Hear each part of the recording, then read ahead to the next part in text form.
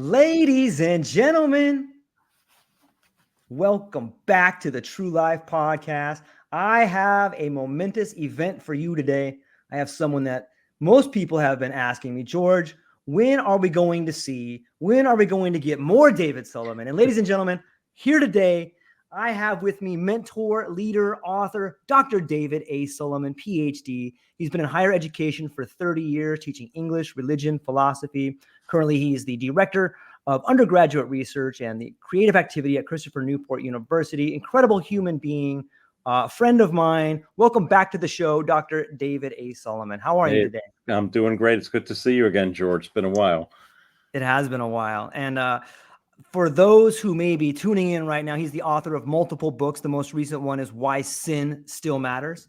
And I feel like you've really knocked it out of the park with this book. This book is a thought-provoking thrill ride of emotions through what Paul Valery calls the 7 pure colors of the good man's soul. And I feel each chapter provides historical perspective, modern implication. And for me, it invited me to highlight the role of art and imagination in managing the moral complexities of a technologically advanced world. I'm super stoked you're here and to talk about it today. And but before we get started, I put up a really interesting graphic of you. And and I've gotten a lot of feedback from it. And to a lot of my fans out there, I want to say this. I think that what you're writing about, your last book, The 7 Deadly Sins, and today, Why Sin Still Matters, I think it appeals to a group of marginalized young men that are finding religion and spirituality for the first time. And so when we're looking at young men who may be gravitating towards spirituality or religion in a way, I wanted to introduce a little bit of mysticism, plus sort of a new kind of a cutting edge look at the way video games have entered mythology into the world. And I'm trying to appeal to that market. So that's the reason for the imagery behind it. Gotcha. Yes, I guess now I'm an avatar in a video game. I can deal with that, you know. Technological progress, right? Yes.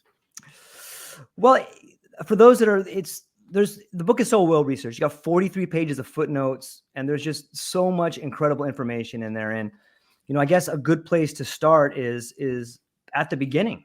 And so, you know, from Gregory the Great to, you know, Paul Valery, what was it that, you know, got you to write this book?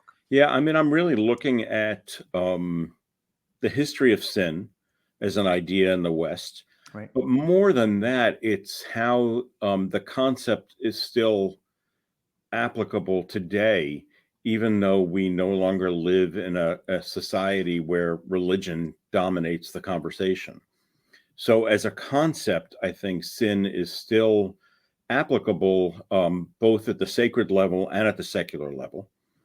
And so a lot of the book does talk about not just the history of the ideas, but then how it still applies today. So using the contemporary world to show that these are still relevant topics, even though people may not think of them in that way. Yeah, I think that you did a great job of giving the historical background and then talking about the implications of today. You talk quite a bit about the way in which language, moves and changes through the times that we live. And so too does the ideas of sin change there. And about how technology on some level is having an effect on that. Maybe you could expand on that a little bit. Well, I mean, just the whole idea that language itself is a living thing and is constantly changing and morphing and growing, and so that the meanings of words, the meanings of concepts, it's not something that's stagnant, that just is frozen in time, because our language, I mean, the English language and any modern language is a living thing that's constantly changing. And so if we look at concepts like, I mean, you say technological concepts. I mean, we talk about the kinds of things that we talk about technology. I mean, that's the easiest one to point to. I mean, the metaphors that we use to discuss things, I mean, you still say to somebody when they get in the car, roll down the window, but nobody rolls down a window, right? I mean, you push a button and the window goes down. But we're kind of married still to those metaphors. And it's interesting because the next generation who have no experience with, say, rolling down a window, it's curious to see whether or not they still refer to it that way. and the ways that our ideas and our thinking about these things changes. I mean, I can remember growing up as a kid, my grandmother, who, was born in the 19th century and lived through the Great Depression, when you walked into a room, she used to say, "Put up a light." And that was from the days when you lit a candle, put up a light. And that was that was the language she still used to refer to switching on a light, an electric light, but it was still using it in that same way. And I think that the way in which people have used the word sin, say transforming it or not transforming it, but sort of repositioning it from, let's say, the Middle Ages to now. Yes, it's being used in a different way, but at heart, it's really still the same thing. And that same thing is sin refers to, in many ways, the ways in which we violate some sort of moral code that we have. Now, that may be dictated to us through religion and through theology, but in more than not today, for most people, it's not. It's a moral code that just sort of permeates society and the fact that we are human beings. And so I think that still has a very strong application today, even though we're not talking about it in the same way. Yeah, it's interesting to see the way in which perhaps different generations view the idea of sin and the way it's handed down from person to person. And it seems like there's been, at least in my life, it seems that there's been a lack of handing down of traditional values. And I use that sort of loosely, whatever family values may be. What do you feel that on some level your book is an attempt to help people to pass down that information? In one way, yeah. I also look at it as a way to kind of reach back to a common cultural thread that really kind of runs through our history as human beings. It transcends time, space, and it certainly transcends thoughts about organized religion and any kind of church, and just comes down to, as George, you and I have talked about for a long time, the way that we treat each other as human beings. It's just that basic tenet. And that doesn't have anything to do with religion, believing that you're going to go to heaven or hell, believing that you're going to be punished. It's how do we treat each other? Are we thoughtful about the way that we talk to each other? Are we thoughtful about the way that we go about treating the world? Because a lot of it has to do with that too. I mean, all of these, it's interesting because we live in a time when so much of this seems to have bubbled to the surface, right? I mean, the discussions about civility and the fact that, civility is something which is just on life support these days in our country, especially, it seems. The fact that after so long a time of just abusing our environment and abusing the world, that it's coming back now to bite us in the butt. And the sad thing about it is that the only thing that seems to be driving the reaction to a lot of this is, as you and I again have talked about often, is the almighty dollar and capitalism, right? I mean, people don't worry about the environment until somehow it's going to affect them financially. And the them can be anybody from, big corporations to individuals down, living on your street. And it's interesting because a lot of the discussion that I've been reading lately when it comes to the environment in particular is questioning the efficacy of recycling, questioning the efficacy of solar power, and whether or not these things are really making a difference. And I don't have the answer. I mean, we in my house, we try to drive vehicles that are environmentally sound. My wife drives an electric vehicle. We bought one for the first time, but there's a lot of controversy about those as well, about their effect on the environment. So it's interesting. We live in a time when there's so much information, but there's also just a frightening amount of disinformation and misunderstanding about things. And I think one of the great things about what you do, George, with this podcast is try to crystallize those that understanding, try to make that a little bit clearer. Yeah, thank you for the kind words. It seems to me that it seems to me that building your relationship with living a meaningful life is the antidote to having a better community. And that's what I get when I read your books. There was one part, like, I was going to wait to drop this, but I can't stop thinking about it. And it's about midway through the book, and it talks about the evolution of inner self and sin. And I think it was, you'll know the actual individual, Peter Brock or something along those lines. Augustine's philosophy introduced the concept of the inner self as a discussion of the individual with the individual. And it wasn't until the 12th century Arthurian tales that characters began to display this inner self. My question is, how has the continued evolution of self-awareness influenced our understanding of sin in medieval times today? And how might it shape our conception of sin in the future? Yeah, I mean, that's a great question. I mean, I think that it has really molded our concept of the self and of sin well into the 20th century. The thing that I worry about is that we've turned the corner now in the 21st century, and the obsession at the moment, and I don't touch on a lot of this in the book for a variety of reasons that I can explain. The obsession currently with AI and virtual reality, I think, is really problematic to me when it comes to these questions of our humanity. They just encourage us to distance ourselves from each other more, which is exactly what we don't need. And as I say, I mean, the reason why I don't touch on those concepts in the book is quite honestly because I don't understand it yet. I keep trying to read and read and read about AI. And the problem is that it is changing so quickly that as soon as you read something, there's already something new that's come out that is different from what you read.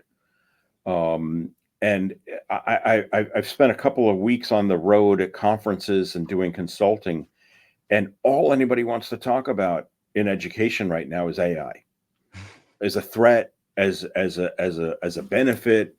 I mean, there's a lot of debate, a lot of folks on both sides, and I was with a group of high school teachers last week talking about this, and I was saying to them that at the current moment, last year, I did not allow my students in my classes to use AI. It was explicitly forbidden in the syllabus. Yeah. I told them that if they violated that, it would be tantamount to committing plagiarism, and I would submit disciplinary charges. And when I met with these teachers last week and showed them that statement from last year, which includes that, this may change once we figure out what this is all about. They said, "Are you still using that same statement?" I said, "No." I said, I need to update it. They said, "To what?" And I said, "Well, I haven't figured that out yet." But I mean, it's clear that it's a tool. It's here, and we need to navigate what that means and how we can best use it. As is so often the problem with science and technology, it moves much faster than the humanities. And the humanities is the place where we sit back and we think about these things. And so it's not a question of can you do it? The question is, should you do it? We can use AI. I mean, AI can write your papers. Should you do that? I mean, under a traditional ethical construct, no, that's plagiarism. It's cheating. Well, is there a way to use it that's not cheating? Maybe, but we need to figure out what that is. So I think, just as the concept of sin has changed, these concepts are changing too. If you go back to the earliest discussions about AI, and I'm thinking about things like the Turing test, and even going back to the 1920s and the play about the robot. It just it isn't necessarily going to work today. We need to rethink things. An example of what wasn't a sin that is a sin now. That's a great question. Um, Let me think about that. What wasn't a sin that is a sin now? I'm not sure that. Well, I mean, here's one that does. Yeah, I mean, here's speaking of plagiarism. I mean, plagiarism is something which the attitudes towards plagiarism have changed over time. They changed according to what country and what culture you're living in as well. Because particularly what the Western world thinks of as plagiarism, many in the East think is flattery. And so they don't look at it the same way.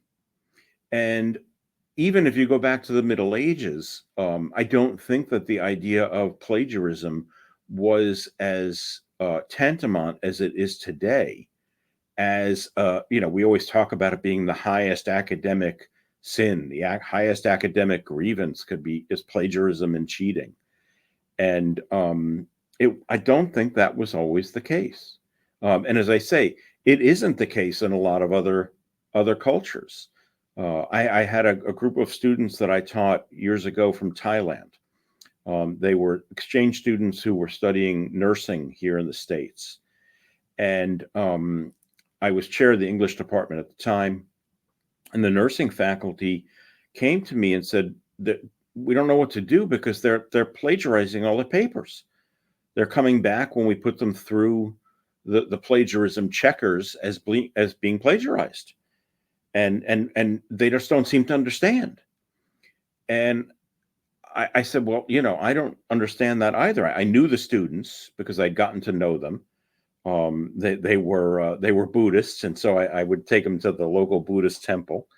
And I spent about a month looking into this, researching it, trying to understand the concept of plagiarism as it exists in a lot of Eastern cultures. And it doesn't. The reality is that if you plagiarize, if you copy over somebody's work, it's looked at as being a high compliment because you are flattering them. And so I went back finally to the nursing faculty and I said, well, the problem is that we're talking two different languages here. They don't understand what we're talking about when we talk about plagiarism, and they don't understand what we're talking about when we talk about plagiarism. And so we had to sit down and sort of look at the different cultural values and talk about that. And that was kind of the entree into talking about it with both the faculty and the students from Thailand, talking about the values that the culture has when it comes to ideas. And that in the West, we value the original idea as something which is intellectual property, and that is not the way it works there. I'm not sure if that answers the question, Hank. I hope it does. Yeah, shout out to Hank Foley. He's an incredible individual, and he has been instrumental in helping me out on this podcast. Thank you, Hank. An amazing individual. It does bring up, it has a lot of similarities to the idea of intellectual property, which gets us into, you talk quite a bit about the way individualism has changed in the book. Yeah. Well, I mean, the birth of individualism, right? The growth of individualism is something which, I mean, has been, one of the greatest things that's happened to us as human beings. But it also has run us the danger of becoming very subjective and unable to look at anything objectively. I see this a lot with my students today, for whom they are the center of the universe, and the way that they see things is the only way they can see things. And I think one of the real benefits of education is teaching you to have the ability to look at things from a different viewpoint. Whether that is, I mean, we talk about liberal education being the idea that you're freeing the mind. The liberal is freedom, right? You're freeing the mind of any kind of preconceived notions that you're coming in with, and that may be, things you got from your parents, things you learned in the church if you're a member of a church, and all of a sudden now we're saying, no, you can think any way you want to think. And for some people, that is frightening as all hell, because they have grown to be secure in the knowledge that they have. And if you challenge that, it can be very scary. I know I've told this story before to you, George, but when I used to teach philosophy early in my career, I always had students who would come in a couple of weeks into the semester and say, this class is not what I expected.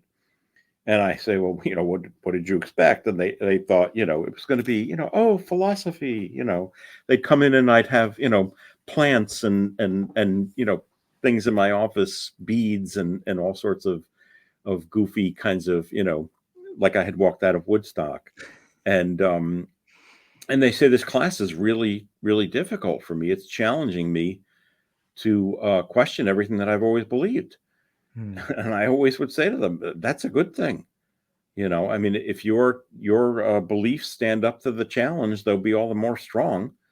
And if they don't, then maybe you need to question those beliefs to begin with. But that's a frightening thing to do. Admittedly, that's a frightening thing to do, whether you're 18 or 80. I think that's a frightening thing to do. Those shifts that we see, I mean, we had a huge one yesterday, didn't we? Yeah. Big shift, right? And I know that, some folks, when they heard that Joe Biden was withdrawing from the race, I mean, their reaction, quite honestly, you've heard them talk about it on the news, was to weep. They cried. Because here you're changing an entire paradigm that they had gotten used to, and you're pulling it out from under them. But as we were talking about before we went on there, George, change is good, right? Change is a growth experience. Yeah, I don't think change and growth. I don't think growth and comfort can coexist.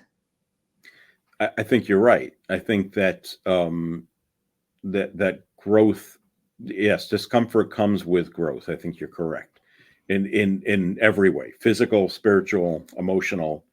It is not comfortable, which is why some people will shun therapy and those kinds of avenues, the kinds of things that you often talk about on the podcast, right?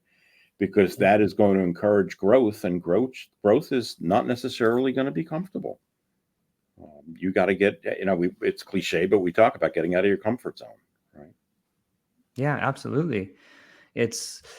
Hank comes back and he says, it is a key answer. Thank you. As to discerning the providence of, especially among scripture, particularly New Testament, the Epistle of Paul. Yeah. There's when we talk about change and language, a part that I highlighted was that you wrote was a culture incapable of dealing with its own sexuality too often falls into patterns of lustful behavior that oftentimes escalate to violence and destruction. You can elaborate on that. Yeah. I mean, if we do nothing but try to repress, then, I mean, that almost always ends up negatively. I think I tell the story in the book of my graduate school mentor. His uncle was a monk at a monastery in Minnesota.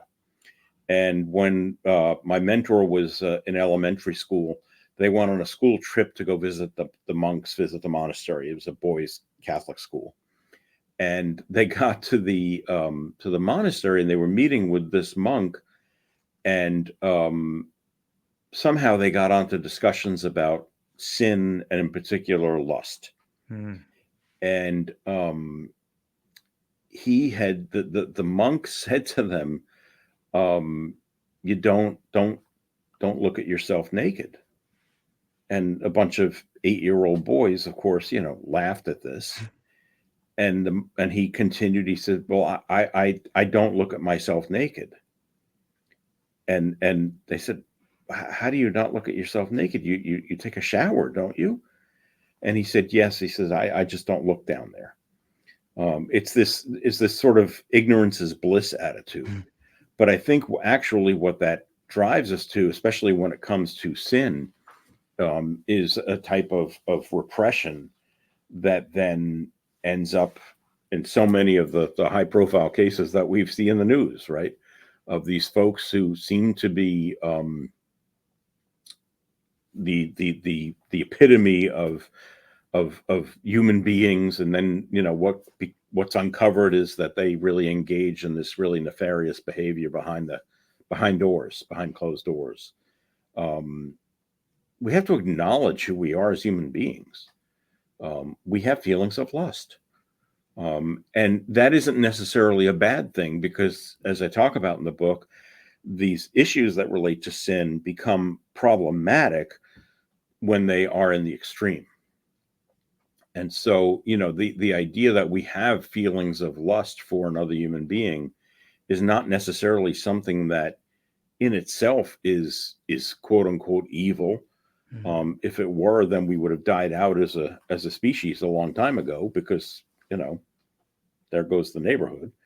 But it's balancing. It's a balance, right? It's finding a middle way, as the mystics would say, between, in this case, love and lust, right? To find that balance.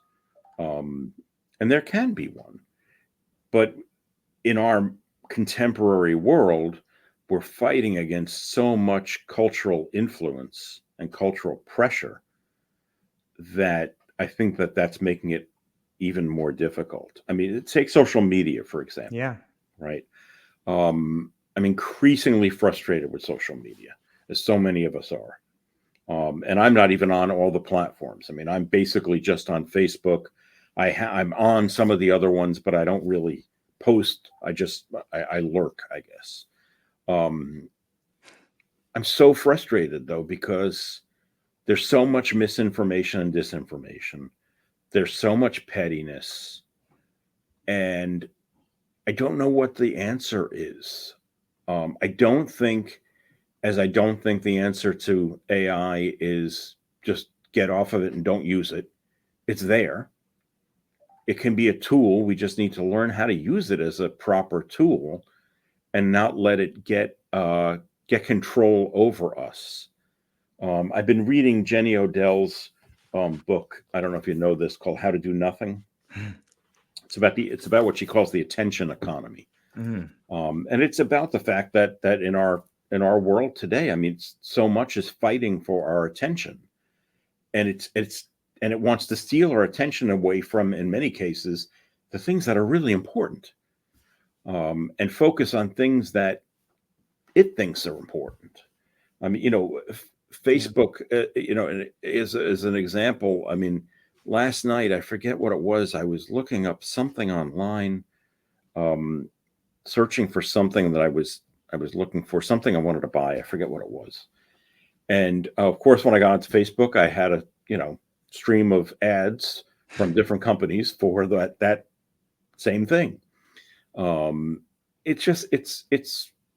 It's frustrating. Sometimes you just want to withdraw, right? You want to do like the medieval monk, like Richard Rolle, and run out into the woods and just become a hermit and live in a hermitage. I don't think that is a valid response to today's problems. I think that we have to figure out how to work together to negotiate a way through all of this just cacophony of crap that we've got going on right now, whether that's politics, technology, the environment. I mean, all of these problems that we've got 99% of which we created. I mean, Facebook did not, wasn't on the 8th day God created Facebook. Facebook came about, social media came about. And when they were born, the idea was these were going to be great tools. Mm. And I think there is a place where they could still be great tools. We let it get out of hand. We let it get out of hand. And it seems to me it's time somehow. I mean, you can't put the genie back in the bottle, but you can put the plunger back in the bottle occasionally and say, wait a minute, let's slow down. Let's think for a second. And I think that's what we're losing so much of in our culture is the thinking and the reflection. I find that really disturbing. And I try to work on that with my students to encourage them to slow down, to reflect, to think about what they're doing and what they're reading and what they're studying, and to really be aware of what's going on in the world around them. And that really does take slowing down because it's moving too fast. Yeah, there's so many good points there that sometimes I think that AI it's a mirror and it's showing us like we're the problem. Yeah. In your book, you talk about the relationship between shame and pride and what happens when we put our shame on display and we're proud of it. Well, we get, I won't name names, but name them. a certain former president. And I don't mean just to pick on him. I mean, there's plenty of other people who are, Of course. but I mean, there's the poster child for it. I would think, being proud of his shame, or I guess being shameful in his pride. It's something which is a phenomenon that I guess for many of us just can't relate to and don't understand.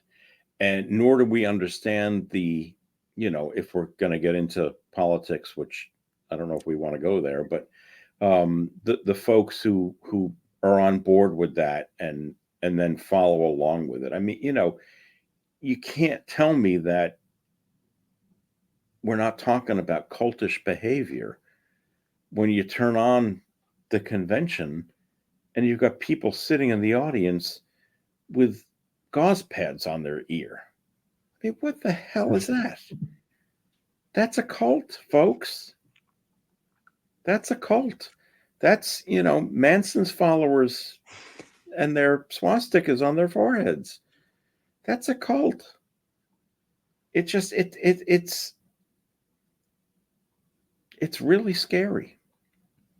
It's really scary. And just as a father, as a member of our culture, as an American, I'm worried about where we're headed.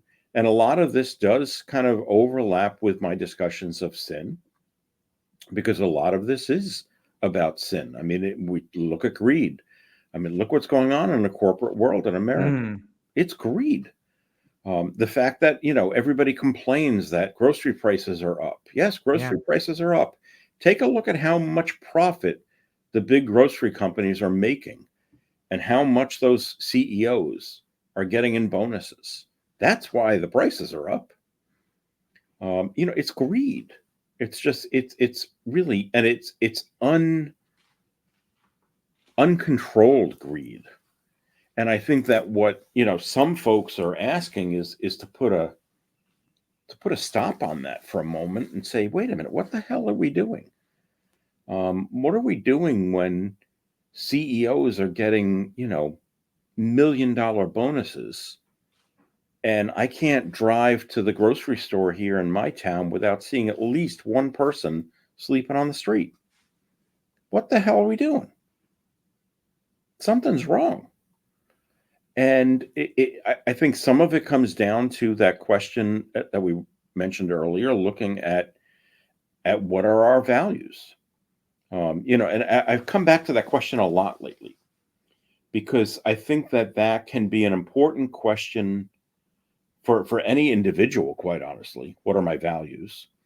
It can be an important question for any organization, whether we're talking about a department within a company, a corporation, a government. What are our values? And so, I was meeting with these high school teachers last week, and they were concerned about, we were talking about grading, about the problems with grading. And really what it came down to was, what you have to start with students is talking about, what are our values here at this school? What do we value? And that will be a step forward to getting them away from being grade focused and grade hungry. So if you talk about the fact that we value integrity, that we value intellectual reflection, that if we talk about those things, rather than talking about valuing high grades and valuing getting into an Ivy League university, or getting a $1 million job when you're I can't tell you how many students I continue to meet with every day, and I've been now doing this for over 30 years. When you ask them, what do you want to do when you're finished with college, a lot of the response is get a good job and make money. And it's okay, so what does that mean? What is that actually going to do for you? What is that going to do for society? There's a lot of lamentation, has been for at least a decade, about the decline of a civic education. And I'm not talking about the kind of thing where we go back to, the 1950s. We're talking about producing people who are going to be active and contributing members of our society. And that used to be one of the values that a lot of schools had. And a lot of them still have it. If you go to their websites, whether it's a high school or a college or a university, they will say that we aim to produce good citizens of the world. And that sounds wonderful. But I would encourage people to press administrators, press teachers, and say, how do you do that? How are you doing it? What are you doing that's actually making that happen? Because in a lot of schools, it's not happening. Yeah. It's interesting that the answer to the question of what do you want to do is to get a good job and make lots of money. And then you said what does that mean? Well, it seems to me people that want to get a good job and make lots of money end up in the middle age with a life that they feel is meaningless. Yeah. If we can draw those things together, like, wow, wouldn't it be nice if you could, on some level, have some direction and some sort of mentorship or some guidance from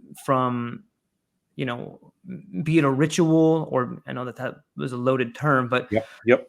Some sort of rituals or passing down of knowledge. Mm-hmm. And I think that seems to be an issue with a lot of the younger men I talk to today, is that, like, why do we have two men in their 80s as the leaders? Right. Where is that next generation? Are they not allowed to be up there? Do they not want to be up there? Like, that was the thing that it? frustrated me to no end for the last couple of years. Right. Has been, we've spent the last couple of decades producing supposedly all these really talented, smart people. Agreed. Who could work in government and work in our political world. Where the hell are they all? When this was the two best that we could come up with, was two guys who were both around 80 years old.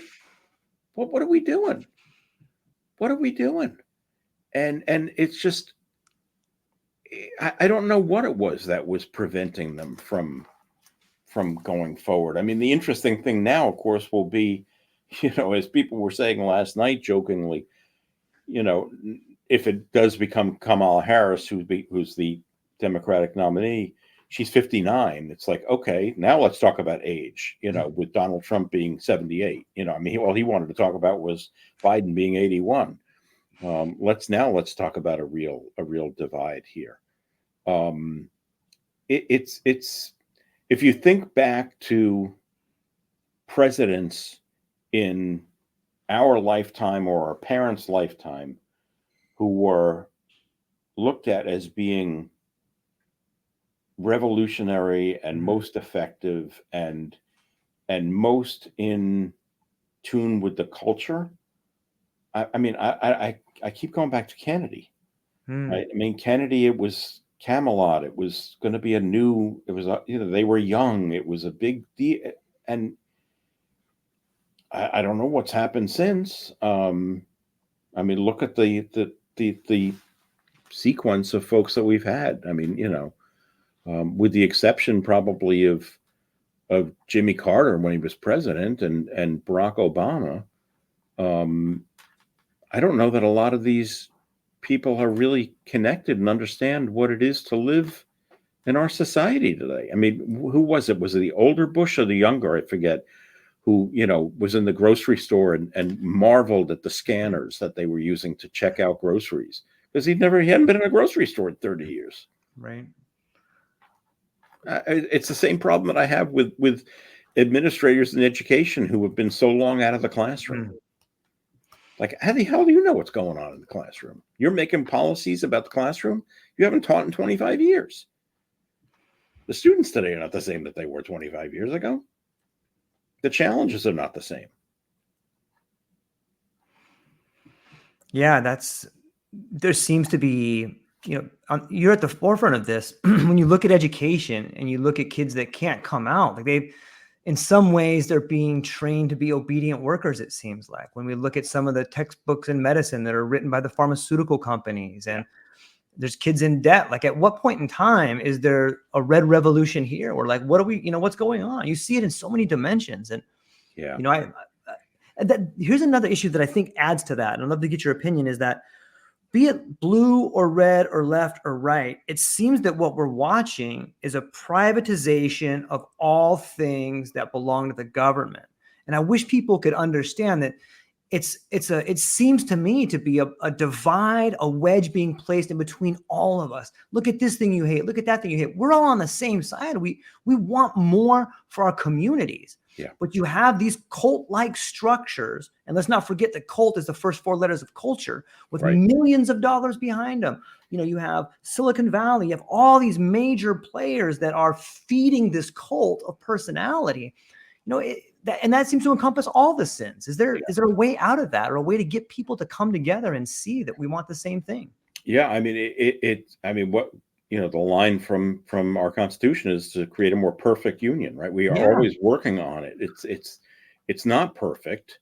We want it to be better, and it seems like there are too many folks who think that making it better means going backwards. I mean, I don't know how much you've got delved into it, but if you look at that Project 2025 document, it is frightening. I mean, it's 900 pages long, and it is scary about what they are suggesting happen. I mean, amongst the things, just to pull them out of context, okay, they want to get rid of Social Security. They want to get rid of academic tenure at all levels. They want to fire all the civil servants and hire people who are loyal to the president. They want to disband NOAA, the Weather Service.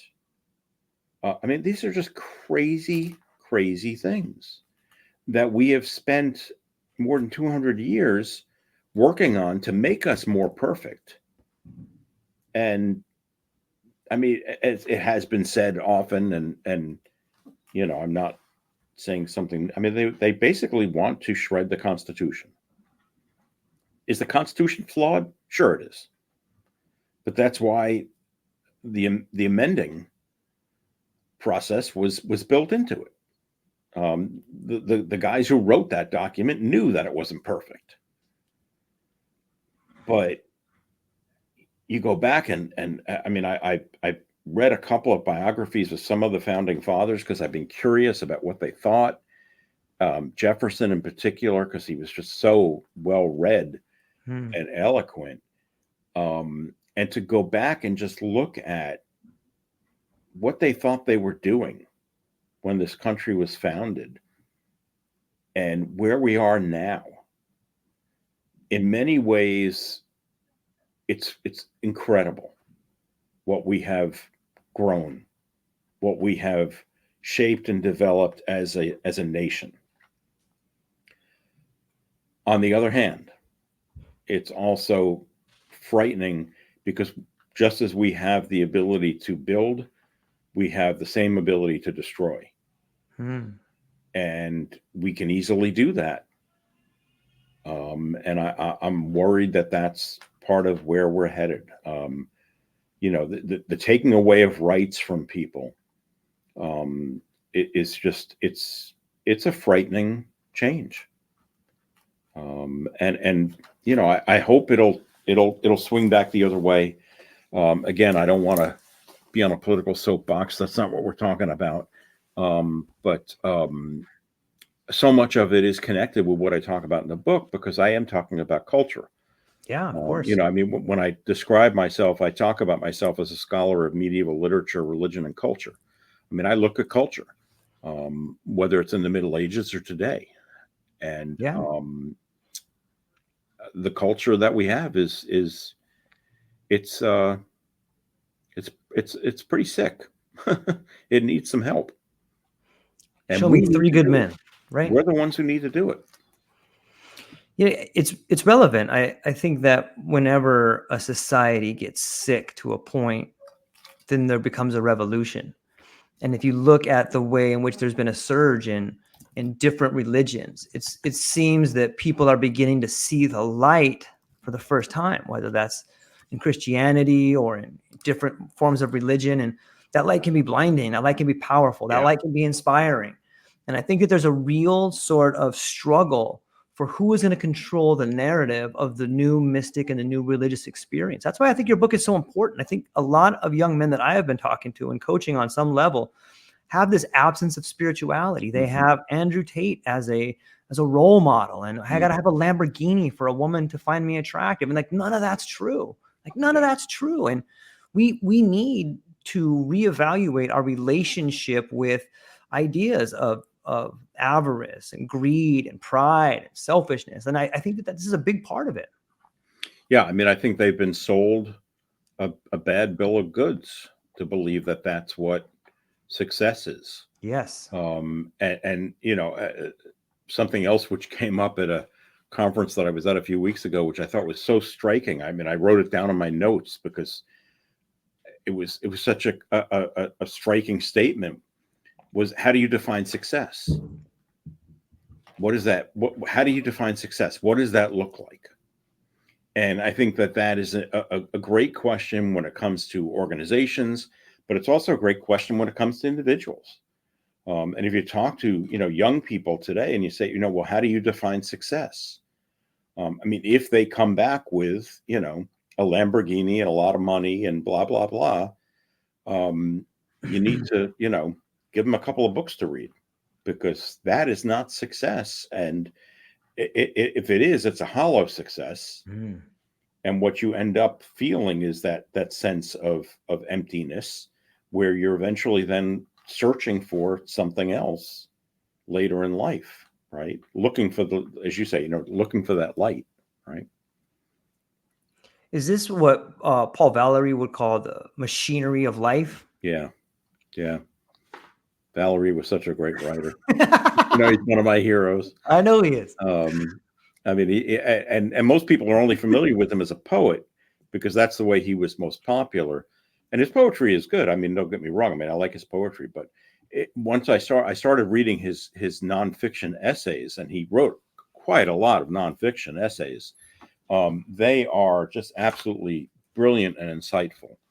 in looking at what was going on in the culture at the time.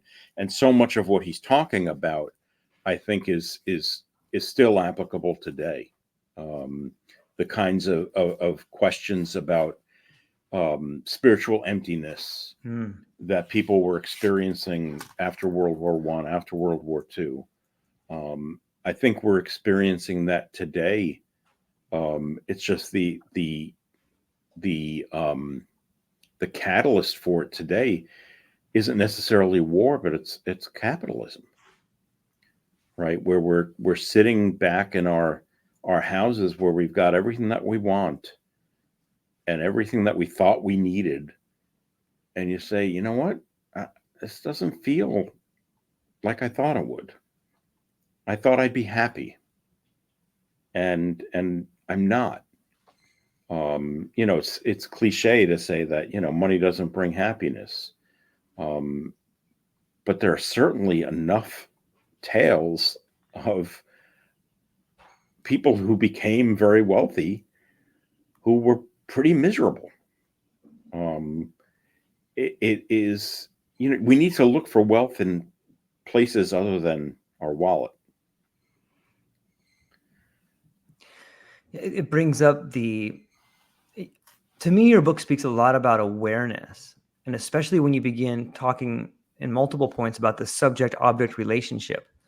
And, I think that there's a lot to unpack there as far as the individual seeing themselves as a subject or an object, or maybe we're evolving to see ourselves as both. But maybe you can talk about how that's changed and maybe what that's done to us. Yeah, well, I mean, I think it's our increasing inability to look outside ourselves, which is ironic because a lot of what I talk about and a lot of the writers that I read talk about the importance of looking within. I mean, we do need to look within. We need to understand who we are. We need to understand ourselves. But we also need to understand how ourselves work in congruence with everybody else and everything else that's on the planet. And the danger of diving too deep into the self. I mean, Jung talks about this, even Freud talks about this, is narcissism.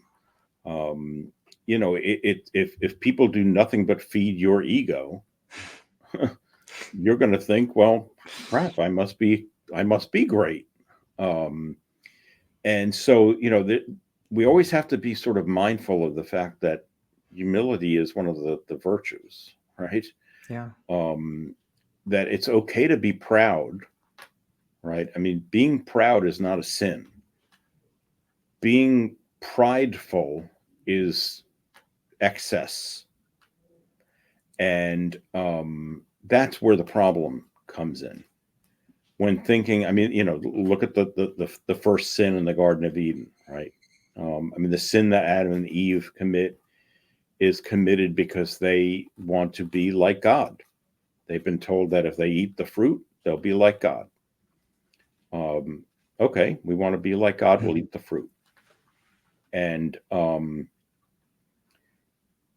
we need to understand who we are and where we are and where we should be in the grand scheme. I mean, I don't have delusions of grandeur. My book's not going to be number one on the New York Times bestseller list. I'd love for that to happen. I really don't care, to be honest. I mean, my goal is to get readers. I don't really care about sales per se. In fact, I had a publicist hounding me for 2 months about wanting me to spend all this money on a new website that he was going to make for me. And I kept saying, I said, I don't care about that. Because he said, well, you're not selling enough books. I'm like, I don't care about that. And so, if it's the values, right? What do we value? What do we value? I mean, I value readers. I value conversation. I value hearing from people who say, my work had an effect on them. That's what I value. I don't necessarily value, that I'm making lots of money off of my books, which I'm not, and I never will. And that's fine. That's not why I do it.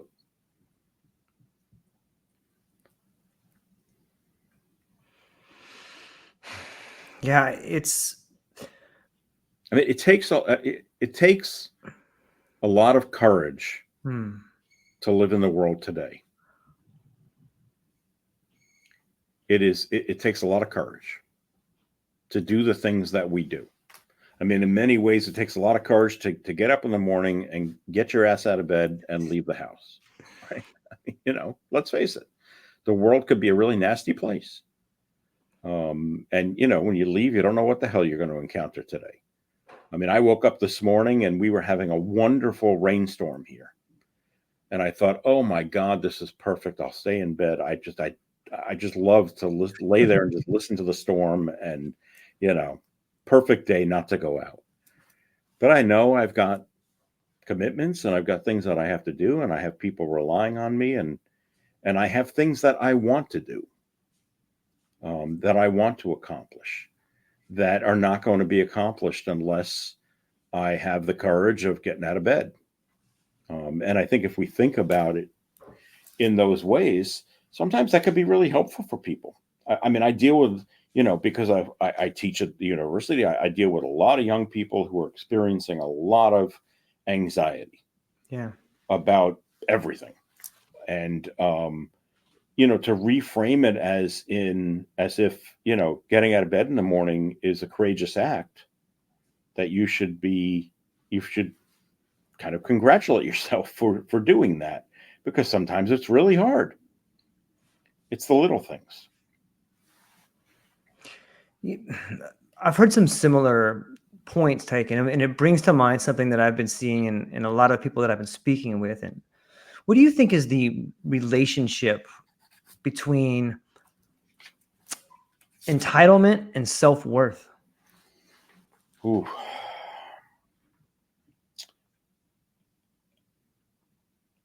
In the generation of kids that I have been dealing with, those two things seem to be antithetical to each other. The level of entitlement. I'm in Virginia too. Right? Where are you, Hank? The level of entitlement amongst this generation is just astonishing. It really is. And as a result, I think the degree of self-worth that they have is pretty low, actually, because they measure their self-worth in terms that are just are out of whack. It's just, I'm a straight A student. That gives me self-worth. I don't know that it does, because there are a lot of other people who are straight A students. There's a great commencement talk that you can look up on YouTube. I'm right down the road from you, Hank. I'm in Newport News. And it's oh my God, what's his name? Douglas. His father is a presidential scholar. Not Murray. No. Hang on, I'm going to look. Yeah, please do. I can't remember this presidential scholar. Douglas. His father has the same name. Because he's a junior. And he gave a high school commencement speech a couple of years ago. You can look at it on YouTube. And it is called "You Are Not Special." And it is really, and he wrote David McCullough. David McCullough, not Douglas. Sorry. David McCullough Jr. David McCullough is the father who's the presidential scholar. He gave a high school graduation speech. It's over a decade ago, I think, called "You Are Not Special." And it's really quite brilliant. I mean, he ended up writing it up as a book. And he says, that one of my favorite parts of it, he says that, physicists have told us that you are not the center of the universe. Right. I mean, it's really a kind of a slap in the face of this whole entitlement thing about what you value. I mean, if you value grades and money, there's a level of self-worth that's lacking there, because those are superficial things. I mean, we have students who come in and you know, granted, a lot of the entitlement is hereditary, if you will. They're getting it from the parents.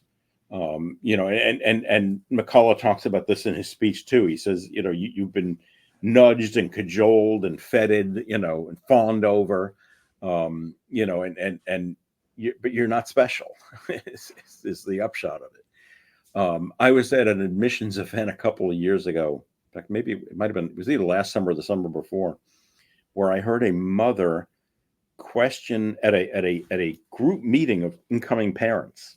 There might have been 200 people there, wanting to know if there was a place on campus where her son could get ice during the day for his drink. I was standing in the back of the room, and I, at first, quite honestly, I thought it was kind of a joke. And she was dead serious. Are there ice machines around? Can he get, is there somewhere where he can put ice in his drink? Because, you know, he needs ice in his drink.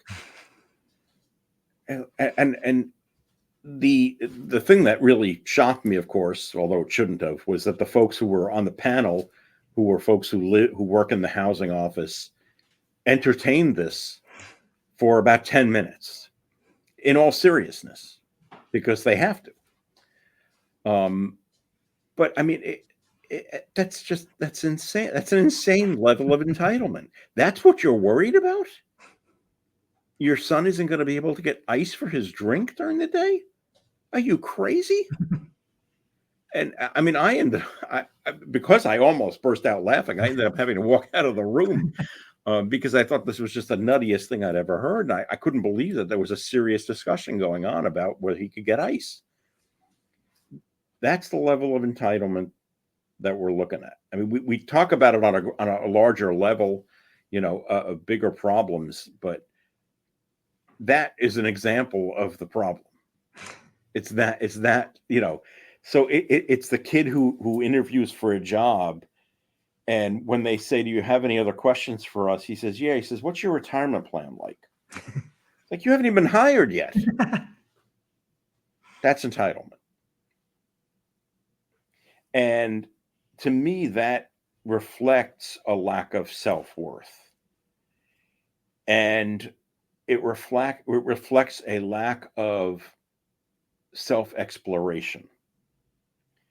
And as an educator, the kid who graduates and still feels that way and has that attitude, we failed him. We didn't do what we were supposed to do by giving him a liberal education. Now, granted, some of the fault is probably his. I mean, we can only do so much. But, you know, I would say that if overwhelmingly we're running into kids who have that attitude, something's wrong. And something's wrong. Something is wrong at the moment, because a lot of people do have that sense of entitlement. You know, they are getting, you know, going for the job interview and asking what's their time plan. You know, they are, you know, going to a new job and asking, you know, is there a place where I can get ice? You know, can you imagine asking that on a job interview?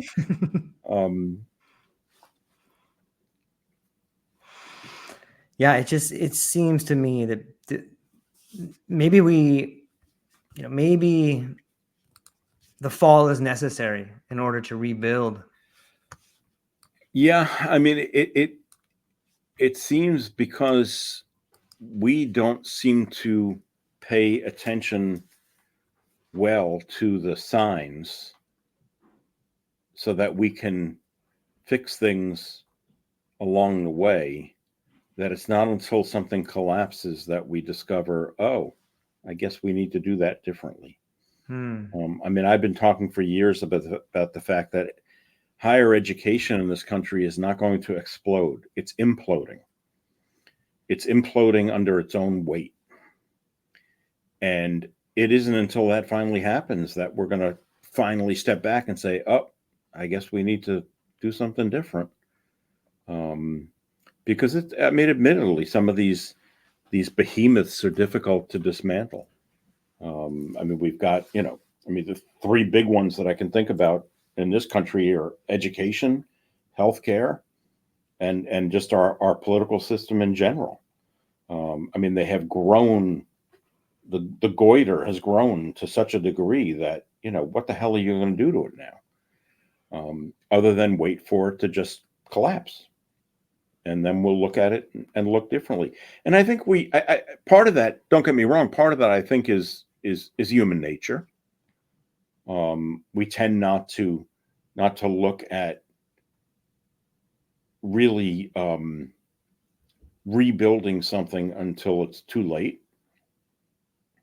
We're experts at putting Band-Aids on things, right? When what really needs to be done is you need to, amputate a limb, right? It's troubling. It's I think about what happened in Baltimore with the bridge collapse,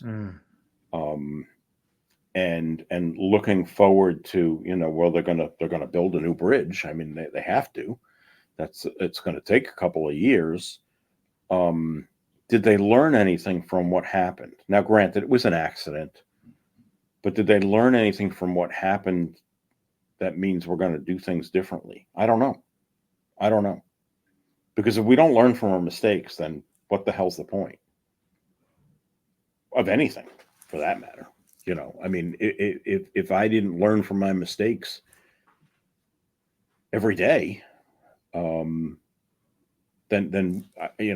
not to sound like a Taylor Swift lyric, what's the point of living? Don't get me wrong, I love Taylor. Yeah. Who doesn't? But it's amazing to me, and I know we're coming up on an hour here.